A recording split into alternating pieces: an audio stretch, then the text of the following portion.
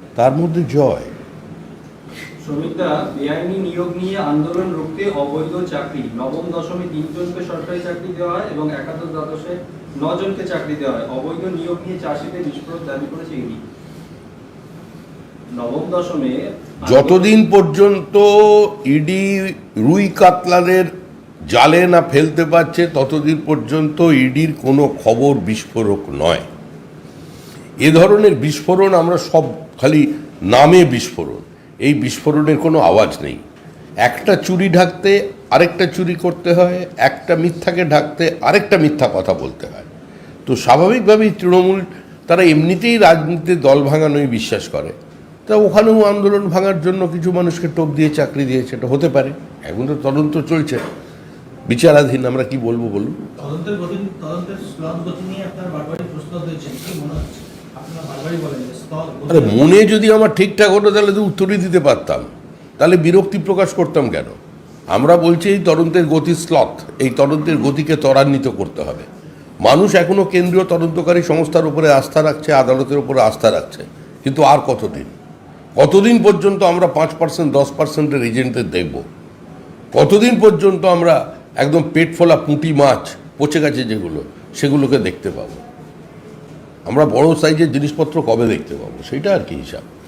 চিকিৎসার জন্য দলের সাংগঠনিক কাজকর্ম থেকে সাময়িক বিরতি নিচ্ছেন অভিষেক বন্দ্যোপাধ্যায়, এক্স হ্যান্ডেলে পোস্ট করে জানিয়েছেন তিনি।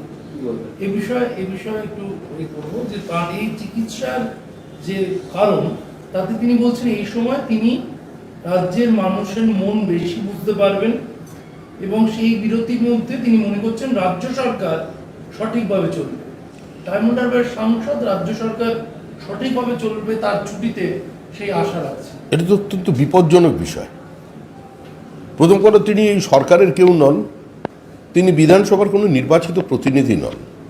এটা ঠিকই তিনি সমান্তরালভাবে একটা সরকার চালাচ্ছেন, সরকার বহির্ভূত কিছু সিদ্ধান্ত নিচ্ছেন, সিদ্ধান্তকে বাস্তবায়িত করছেন। তিনি জামাই ষষ্ঠীর জন্য কোনো জায়গায় যাচ্ছেন না, এটা আমরা জানি, কিন্তু তিনি যদি এখন কিছু দিনের জন্য ছুটিতে যান, আবার ছুটিতে গিয়ে অসুস্থতার সময় তিনি যদি সরকারের সুস্থতার চিকিৎসা করেন, তাহলে তার কী চিকিৎসা হবে? উনি কি কোনো কাউন্সিলিংয়ের জন্য যাচ্ছেন? কোনো মনোরোগ বিশেষজ্ঞের কাছে যাচ্ছেন? ওনার বয়স কম, নির্বাচিত হয়েছেন তিনি সুস্থ থাকুন, ভালো থাকুন, আগামী দিনে নেতৃত্ব দিন, সেটা আমরা চাই। নাকি রক্ষা কবচটা দিনটা কাছাকাছি এসে গেছে সেই কারণে? এই ছুটিটা কিসের ছুটি? এটা কি রাজনৈতিক ছুটি, না এটা কোনো দলের মধ্যে নিঃশব্দ প্রতিবাদ জানানোর ছুটি, না দূর থেকে দেখার ছুটি, না তিনিও আবার কবিতা লেখার পথে হাঁটবেন সেটার জন্য ছুটি?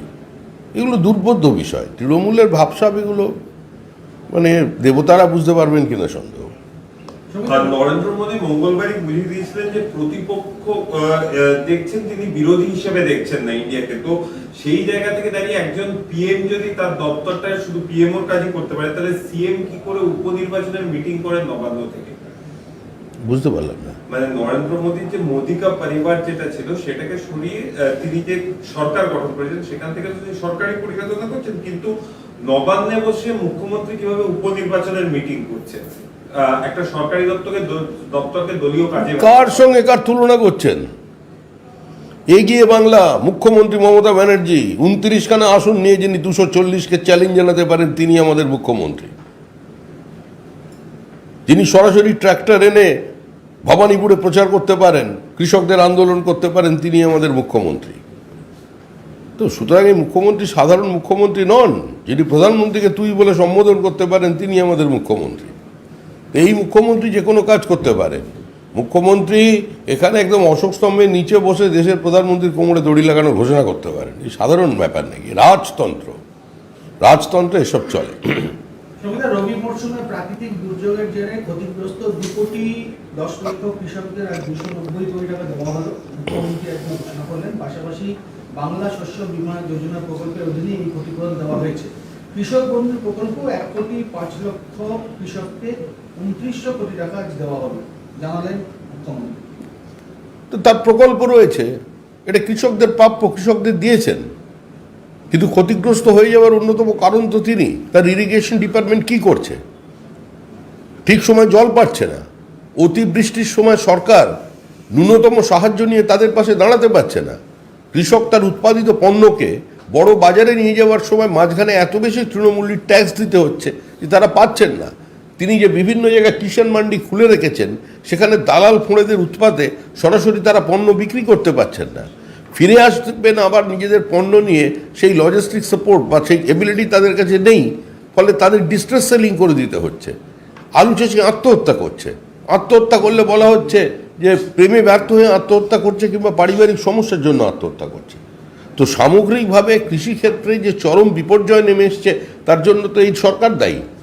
আর এই সরকারই তো বলেছে যে কৃষকদের আয় 3 গুণ হয়ে গেছে তৃণমূলের আমলে। তাহলে আবার এত কৃষক বন্ধু টন্ধুর প্রয়োজনটা কি আছে? কিষাণ সম্মান নিধি কেন্দ্রীয় সরকার 6,000 টাকা করে প্রতি বছরে যে দেওয়ার কথা ছিল দিচ্ছে, সেটা তো এই সরকার গ্রহণ করেনি। এই সরকারটাই তো কৃষক বিরোধী সরকার। প্রধানমন্ত্রী আর্জি জানিয়েছেন যে সোশ্যাল মিডিয়া থেকে সরিয়ে দিন মোদি কা পরিবার। আর কুণাল ঘোষ বলছেন যে মোদি কা পরিবার তাহলে দেখা হয়েছিল কেন, এখন তা মুছে ফেলারই বা নির্দেশ কেন দেওয়া হচ্ছে? দেশ ও বাংলার জনগণের থেকে ধাক্কা খেয়ে কি এই সিদ্ধান্ত? বিজেপি এবং এনডিএ অন্দরমহল যে টলমল এবং চোরাস্ত্রদের কাবু, এই পোস্টটির প্রতিফল কি বলবেন? দেখুন, আপনি আজকে একটা মেরুন জামা পরে এসছেন, কালকে যদি আপনি হলুদ জামা পরে আসেন, সেটাকে আমি ঠিক করব না আমি বলে দেবো? যে আমার মতো করে আপনি কথা বলবেন, আমার মতো করে আপনি আপনার আঠার তৈরি করবেন, সেটা তো হতে পারে না। কুণাল ঘোষ এর আগে পূর্ব মেদিনীপুরে গিয়েছিলেন, গিয়ে উনি অনেক মুখ দিয়ে মানে অগ্নিবাণ বর্ষণ করে এসেছিলেন। 2টি কেন্দ্রেই উনি হেরে গেছেন। এখন ওনাকে হ্যান্ডেল ধরার দায়িত্ব দেওয়া হয়েছে। ওই পোস্ট হ্যান্ডেলে বারবার পোস্ট করেন তো, এখন ওনার হ্যান্ডেল আছে হাতে, সেটা হচ্ছে আপনার কোথায় যেন দিয়েছেন, মানিকতলায়। ওইটা উনি ঠিকঠাক ভালো করে করুন, তারপরে উনি মোদির কাছে যাবেন। কারণ উনি 2টি কেন্দ্রে ধরেছিলেন হ্যান্ডেল, 2টি কেন্দ্রে ফেলিওর। এখন উনি মানিকতলা নিয়ে ব্যস্ত থাকুন, আমরা ওনার সুস্থতা কামনা করছি। হাসছো কেন? আলোচনা বিধায়ক, চণ্ডীপুরের বিধায়ক সোহম চক্রবর্তী, যিনি অভিনেতাও বটে, তার বিরুদ্ধে নিউ টাউনে নানান দাদাগিরির অভিযোগ তো উঠছিলই। এবার পুলিশি নিষ্ক্রিয়তার অভিযোগ তুলে এবং হোটেল মালিককে এবং তার পরিবারকে হুমকি দেওয়া হচ্ছে এমন একটা অভিযোগ নিয়ে আদালতের দ্বারস্থ হলেন সেই আক্রান্ত হোটেল মালিক এবং প্রধান তিনি বিচারপতি অমৃতা সিনহা। তিনি অনুমতি দিয়েছেন মামলা করার। আগামী এই সপ্তাহে শুনানি হবে। দেখুন, আদালত যেখানে বলেছে সেখানে তো আমাদের বলার কিছু নেই। আমরা শুধু এটাই বলতে পারি যে উনি কোনো অন্যায় করেননি। উনি কোনো অন্যায় করেননি, কারণ উনি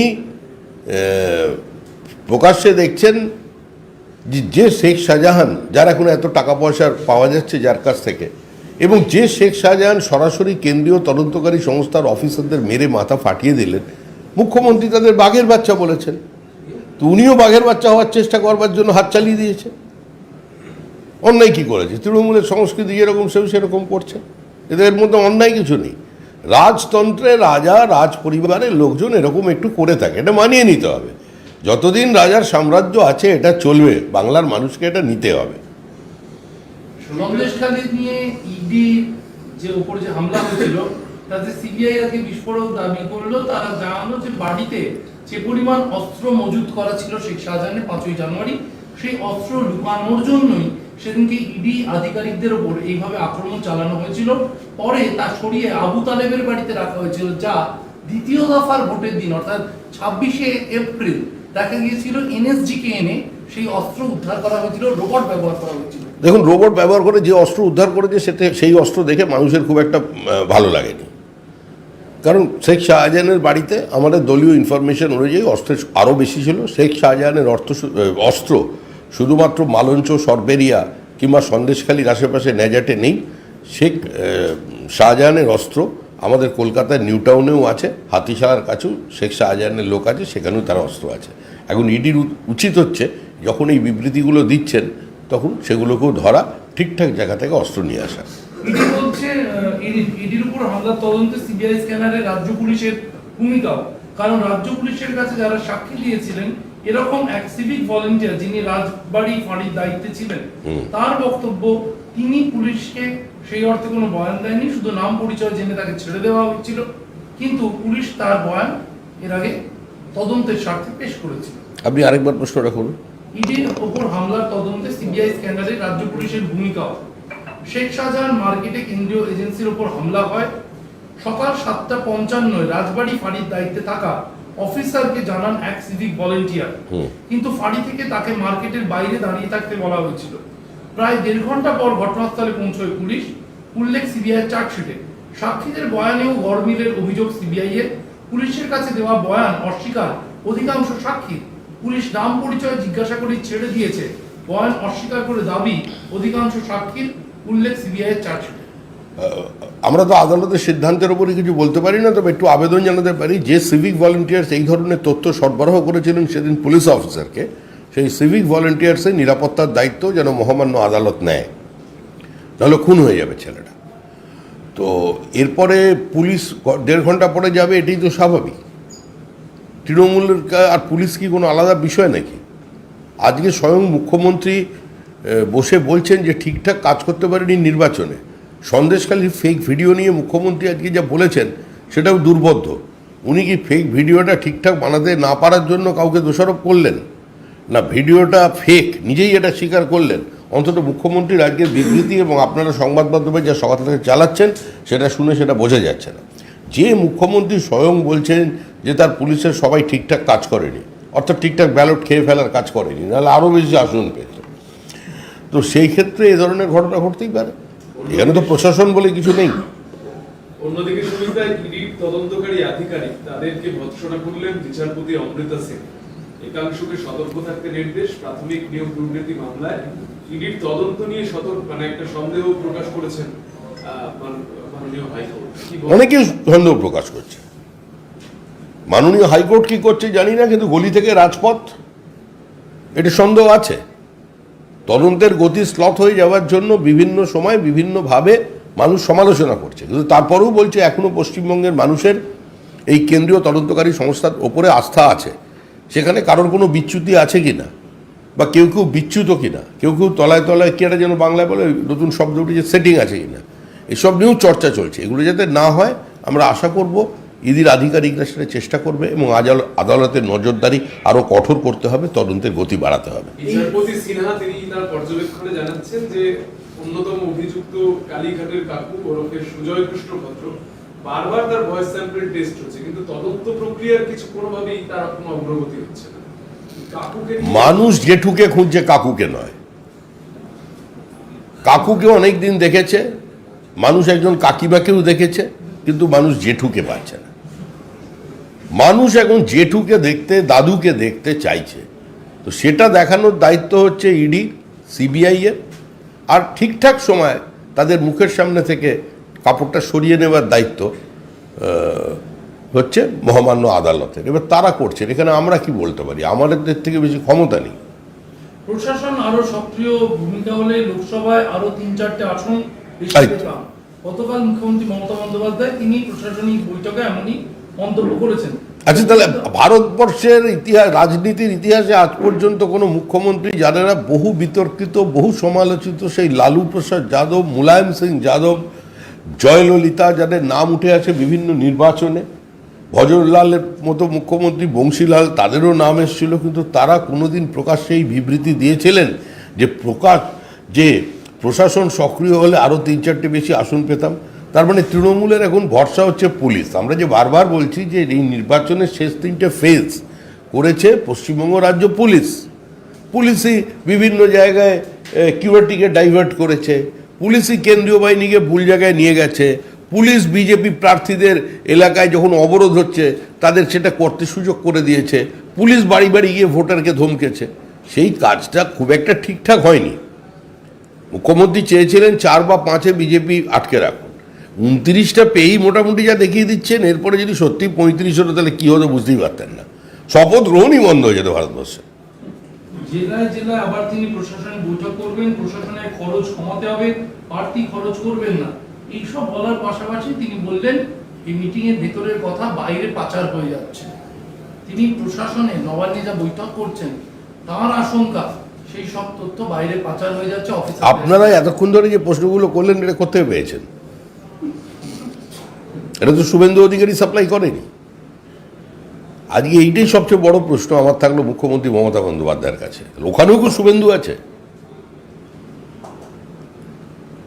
সমস্ত প্রশ্নই তো বাইরে, কারণ মুখ্যমন্ত্রী যা বলছেন তো প্রশাসনিক মঞ্চ, রাজনৈতিক মঞ্চ, তৃণমূলের মঞ্চ, সব মঞ্চই তো মুখ্যমন্ত্রীর কাছে এক। অবশ্য যারা কবি মনস্ক হয় তাদের সমস্ত তাদের চেতনা এবং চিন্তা একটু বিস্তৃতি একটু অন্যরকম থাকে, একটু মুখ্যমন্ত্রীর ক্ষেত্রেও তাই। ওভারলোড ট্রাক থেকে টাকা তোলা হচ্ছে রাজ্যের বিভিন্ন প্রান্তে এবং অফিসারদের একাংশ দুকুল বাঁচিয়ে চলার জন্য মানে ট্রাক করে টাকা পাঠানো হচ্ছে, এরকম ভাবে সরকারি টাকা যায় বলে জানা নেই। ওভারলোডেড ট্রাক থেকে ওভারলোডেড ট্রাক, হ্যাঁ, তোলার যে টাকা তোলা হচ্ছে কাঁথিতে চলে যাচ্ছে একাংশ, কারণ অফিসারদের একাংশ দুকুল বাঁচিয়ে চলার চেষ্টা করছেন। আমার অন্তত এটুকুনি ধারণা ছিল যে স্যাসে অন্তত মুখ্যমন্ত্রী আক্রান্ত নন। এই যে শুভেন্দু অধিকারী সিন্ড্রোম নামক স্নায়ুরোগে তৃণমূল কংগ্রেস দীর্ঘদিন থেকে ভুগছে, এটা অন্তত এই লোকসভা নির্বাচনের পরে কেটে যাওয়া উচিত ছিল, কিন্তু কি করা যাবে, পূর্ব মেদিনীপুরের 2টি আসনই হাতছাড়া, সেই জন্য ঘুরিয়ে ফিরিয়ে সব টাকা কাঁথিতেই পাঠাচ্ছে। আমাদের কাছেও কিছু পাঠান না, সব শুভেন্দুর কাছে গেলে আমাদের চলবে কি করে? সৌমিকদা, নিট নিয়ে আজকে রাজ্যের কংগ্রেস বা সিপিএম মিছিল করেছে। কি নিয়ে? নিট পরীক্ষা হ্যাঁ। নিট পরীক্ষা নিয়ে ইতিমধ্যে সুপ্রিম কোর্টও নোটিশ জারি করেছে। সেই তো এই পরিস্থিতিতে দাঁড়িয়ে তারা তদন্তের দাবি তুলছে, আপনারা কি জানেন? না, যে ঘটনা ঘটেছে তা অত্যন্ত দুর্ভাগ্যজনক, অনভিপ্রেত এবং অত্যন্ত গুরুত্বপূর্ণ। আমাদের মনোভাব অনুযায়ী ছাত্র সংগঠন আছে, তারাও আন্দোলন করছে, তারাও পথে নেমেছে। এই বিষয়টি নিঃসন্দেহে সংশ্লিষ্ট মন্ত্রক এখানে হস্তক্ষেপ করবে এবং এটি স্বশাসিত সংস্থা, তাদের উত্তর দিতে হবে। এটা কোনো সাধারণ বিষয় নয়। তবে এটা আপনাকে বলতে পারি, এই ধরনের নিটের গড়মিলকে কেন্দ্র করে কোনো নেতার বান্ধবীর খাটের তলায় 50 কোটি ঢুকে যায়নি, এইটুকুনি অ্যাসিওর করতে পারি। বাদবাকি যা হয়েছে অত্যন্ত ভুল হয়েছে। কিছুদিন আগে সৌমিত্র পাল তার নিজের ব্যক্তিগত ক্ষোভ বিক্ষোভের কথা তিনি বলেছেন। আরে সৌমিত্র ভালো ছেলে, কঠিন অবস্থায় মুখ্যমন্ত্রীর প্রবল আক্রমণের মধ্যে ও জিতে এসেছে। বিষ্ণুপুরের ওই রকম গরম, একজন পড়ে আছে 2 বছর ধরে নিজের কেন্দ্রে ধারাবাহিকভাবে আক্রমণ চলেছে, ব্যক্তিগত স্তরে আক্রমণ চলেছে, আটকানোর চেষ্টা চলেছে, কুৎসার চেষ্টা চলেছে, বালি বিক্রির প্রশ্ন তোলা হচ্ছে, এত কিছু করার পরে জিতে এসেছে। ও 2-একটা কথা বললে বললো, এত নিয়ে আলোচনা হয়নি। বলেছে যে উত্তরবঙ্গে একটাই আসন আমাদের কমেছে, সেটা নিশীথ প্রামাণিকের নিজের ভুলেই হয়েছে। শুভেন্দু অধিকারী বা সুকান্ত মজুমদার তারা দায়ী নয়, ওরা দলেরই। না, সেটা দলের মধ্যেই বলবে। এটা নিয়ে কোনো আমাদের কোনো রাজনৈতিক কৌশলগত ভুল ছিল। আমরা শুভেন্দু অধিকারী, সুকান্ত মজুমদার এবং দিলীপ ঘোষ এই 3 জনকেই চাই। উনি বলছেন যে দলের এটা কেউ ইচ্ছাকৃত না, রাজনৈতিক কোনো কৌশলে বলছেন। আমরা সুকান্ত শুভেন্দু না, এটা সংবাদ হবে কি করে? ও যদি বলতে এদের 3 জনের মধ্যে 2 জনকে সরাতে হবে, তবে তো খবর হতো। তোমরা ভালো কথা বলেছে, 3 জনকে এক জায়গায় দাঁড় করছে, তারপরেও তোমরা প্রশ্ন করছো, এই তো বিপজ্জনক ব্যাপার, এটা করা যায় না। আমার কথা হচ্ছে এই ইলেকশনে জেতার পর 6000 ভোটে জেতার পর একরকম কথা বললেন, সুস্থ হতে সময় লাগলো।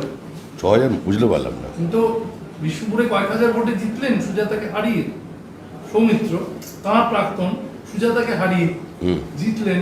তারপর তিনি অনেক কিছু বলেছিলেন, অভিষেকের উপর আস্থা রেখেছিলেন।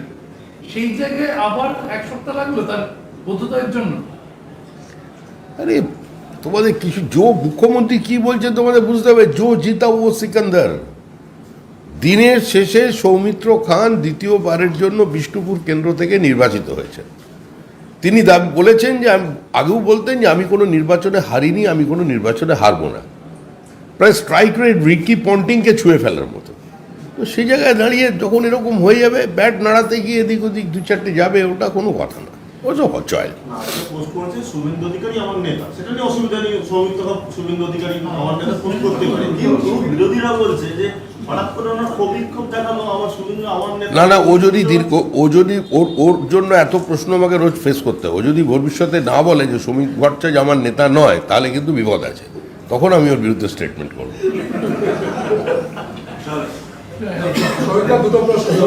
হ্যাঁ, ছাড়ো। হ্যাঁ, আবার বার্ড ফ্লু দেখা গেছে। হ্যাঁ, এটাই বড় খবর হবে। হ্যাঁ। বার্ড ফ্লু দেখা গেছে, একজন আক্রান্ত। একটা মুরগি 4 বছরের শিশু আক্রান্ত। 4 বছরের শিশু একটা আক্রান্ত। এটা নিয়ে কি বলার আছে? স্বাস্থ্য দপ্তর নিঃসন্দেহে ব্যাপারটি কঠোরভাবে দেখবেন। আমি আপনাদের তো মুরগি খেতে বারণ করতে পারি না, কারণ তাতে আবার কিছু মানুষের পেটে টান পড়বে। সবিতা, 2টো প্রশ্ন। একটা হলো যে বিভিন্ন জায়গায় বাগদা সহ বিভিন্ন জায়গায় ডায়মন্ড হারবার বিভিন্ন জায়গায় ভোট পরবর্তী হিংসায় মানুষ ঘর ছাড়ে। আপনার নতুন করে কোনো বক্তব্য, মানে এই যে কেন এই ঘর ছাড়াটা হচ্ছে এবং ঘর ছাড়ার প্রেক্ষিতে দেখুন, তৃণমূল কংগ্রেস একটা নিয়ন্ত্রণহীন রাজনৈতিক দল। আপনাদের কাছে যে দু একটি সংবাদ আছে সেগুলো বিচ্ছিন্ন, কিন্তু এ ধরনের ঘটনা সর্বত্র ঘটছে। যে বুথে বিজেপি লিড পেয়েছে এবং যেখানে মানুষজন একটুখানি নরমপন্থী, যেখানে তৃণমূল কংগ্রেসকে প্রতিহত করতে পারছে না, সেখানে তৃণমূল তাদের ঘরছাড়া করছে। আমরা সমস্ত ঘরছাড়া কর্মীদের পাশে আছি। প্রশাসনের উপর আমরা চাপ বাড়াচ্ছি, যদিও প্রশাসনের কাছ থেকে আমাদের কোনো প্রত্যাশা নেই। আমরা আদালতের পর্যন্ত বিরোধী দলনেতা এই নিয়ে বলেছেন যে তাদের প্রোটেকশনের জন্য, কিন্তু চেষ্টা চালিয়ে যাচ্ছে। একটা হিংসাত্মক, অসহিষ্ণু, প্রতিহিংসাপরায়ণ রাজনৈতিক দল প্রতিক্রিয়ার কারণে পশ্চিমবঙ্গে ক্ষমতায় আছে। শতাব্দী রায়, বীরভূমের সাংসদ, তিনি আজকে এবিপি আনন্দকে একটি সাক্ষাৎকারে জানিয়েছেন যে অনুব্রত মণ্ডল তিনি জেলে থাকা সত্ত্বেও এবং কোথাও কোনো রক্তপাত না হওয়া সত্ত্বেও বীরভূমে তৃণমূল জয়ী হয়েছে। শতাব্দী আশা করছেন অনুব্রত জেল থেকে বেরোনোর পর তিনিও যেন এই পদ্ধতিতেই নির্বাচন করেন, কোন রকম কোনো সন্ত্রাস সূচক মন্তব্য, ইঙ্গিত ইত্যাদি না করে, যে চরম ছাড়াই যে ভোটে যেতে যায় তার একটা নজির যখন তৈরি হলো, আগামীতে অনুব্রত তা মেনে চলবে বলে দাবি শতাব্দী। দেখুন, রামকৃষ্ণদেব বলেছিলেন মন আর মুখ এক করো। এটা ওনার মুখের কথা, মনের কথা নয়। অনেকেই জানেন অনুব্রত মণ্ডলকে জেল থেকে বেরিয়ে আসুক, সেটা তৃণমূল কংগ্রেসেরই অধিকাংশ লোক চায় না। এবং অনুব্রতহীন বীরভূম বলে আপনারা যে একটা ন্যারেটিভ তৈরি করেছিলেন, বিষয়টা তা নয়। অনুব্রত মণ্ডল একটা ভাবনা, একটা কর্মসূচি। অনুব্রত মণ্ডল একটা এজেন্ডা। পরমাণুরা চারিদিকে ছড়িয়ে আছে। যেভাবে বীরভূমে ভোট হয় সেইভাবেই বীরভূমে ভোট হয়েছে। আমাদের কিছু সাংগঠনিক ত্রুটি ছিল, আমাদের প্রার্থীকে শেষ মুহূর্তে পরিবর্তন করতে হয়েছিল। এই সমস্ত কারণে মিলিয়ে মিশিয়েই তিনি চলে গেছেন সাংসদ। কিন্তু বীরভূমে অপরাজেয় তৃণমূল, এই যে একটা মিথ তৈরি করা হয়েছে, এটা দেখবেন রাজনীতি খুব দ্রুত পরিবর্তিত হয়। এই মিথ অচিরেই ভেঙে যাবে। একদিন যেরকম অনিল বসু 6 লক্ষ প্রায় ভোটে জিততেন, আজকে সেখানে সিপিআইএমের পতাকা লাগানো লোক নেই। এই ভবিষ্যতে তৃণমূল কংগ্রেসের জন্য অপেক্ষা করছে। অষ্টাদশ লোকসভা নির্বাচনে শেষ হয়ে গেছে, সরকারও গঠন হয়ে গেছে, সভা পার্লামেন্ট সেশন শুরু হবে 23 তারিখ থেকে নতুন ভবনে। এই নিয়ে যদি একটু বলেন। এটা অত্যন্ত আনন্দের খবর। ভারতবর্ষের জনসংখ্যা বেড়েছে, ভারতবর্ষে আবার ডিলিমিটেশন হবে, দেশের আয়তনও বৃদ্ধি পাবে ভবিষ্যতে, মানে সীমানা তো বাড়বে।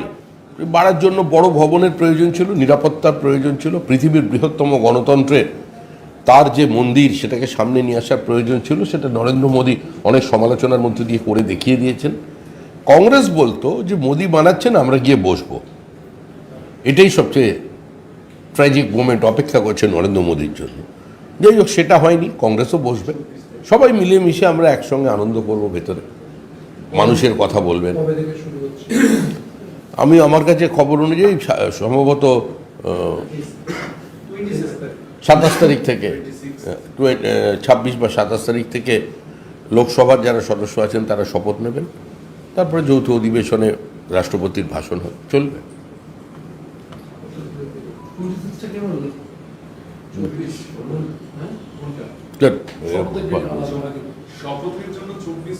শতাব্দী নিয়ে যে আলোচনা করছিলাম, সেখানে লালকৃষ্ণ আডবাণীর সঙ্গে অনুব্রতর তুলনা করে তিনি বলছেন যে সবসময় সবাই দায়িত্বে থাকে না, তবে যারা একসময় অনেক যোগদান দিয়েছেন দলে তাদেরকে অ্যাডভাইজারিতে রাখা উচিত।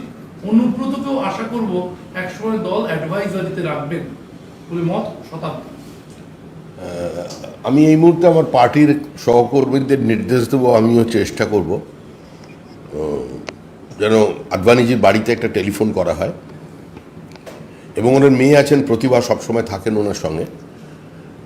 আমি বলবো যদি আজকে টিভি বন্ধ রাখতে, কারণ কোনো সময় যদি খবরটা আডবাণীজির শুনে ফেলতে পারেন, তাহলে আডবাণীজির আজকের দিনটাই জীবনের শেষ দিন হবে।